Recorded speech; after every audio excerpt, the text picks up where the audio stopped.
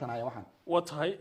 dhawaan waxaa jirtay mudanayaal ka tirsan baarlamaanka Kenya oo mooshin geeyay aqalka baarlamaanka hoose ee dawladda iyagoo dhahaya dhulka lagu muransan yahay 160 kilomitir isku wareega ee Kenya iyo Soomaaliya xagga biyaha in ciidamada loo diro Kenyana arrimaha sida u aragtaa adiga horta qof kasto Kenyan ah ama siyaasi ha noqdo ama shacab Kenyan ha noqdo ama ganacsada ha noqdo hadaad qof muwaadin Kenyan ah tahay waxa waajib ka saaran wadankaada inaad difaacdo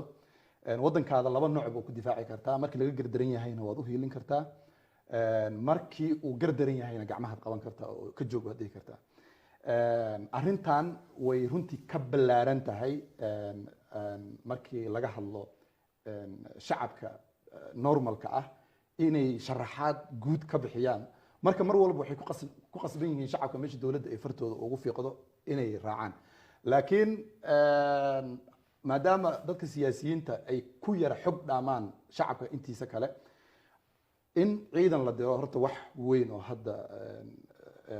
yani wax hadda la cambaareeyo ama laga hor yimaado ama threat loo arko halis loo arko ma ah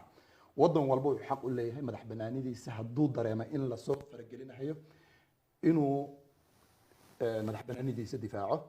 sidoo doona ku difaaco ila ma aha ciidanka la diray inay tahay optionka ugu horeeyo oo dawladda Kenya ay haysato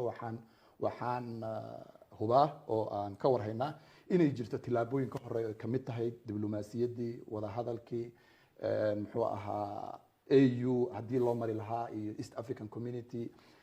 in lagu wada hadashiyo laakiin haday sheekada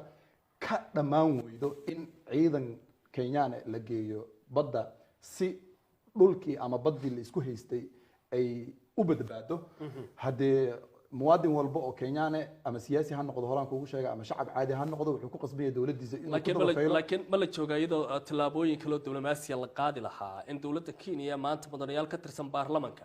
ay yiraahdeen mooshin baa baarlamaanka geenayna taasi miyaan ahayn waji xumaan bilaabi kara marka la eego xumaan ma bilaabayso sababtoo ah nimanka baarlamaanka loo soo doortay waxay matalaan dareenka shacabka waana dad cod ku yimid waay dad la soo xulay ma ah dadkaas waxay ka matalaan shacabka ay soo doortay afkooda ku hadlayaan haddii marka ay soo jeediyaan inay dawladda ay ku yiraahdaan ciidan geeya meeshaas waa shaqadii loo soo dirsaday midda in laga joojiyo arrintaas oo ciidanka yaan la dirin qofka ay u furan tahay maanta nin siyaasina ma aha nin baarlamaan ku jirana ma aha waxay u furan tahay shacabkii xildhibaanadan soo doortay ayagaa dhihi karo waxa aad wadaan waa ka dardarey naga joojiya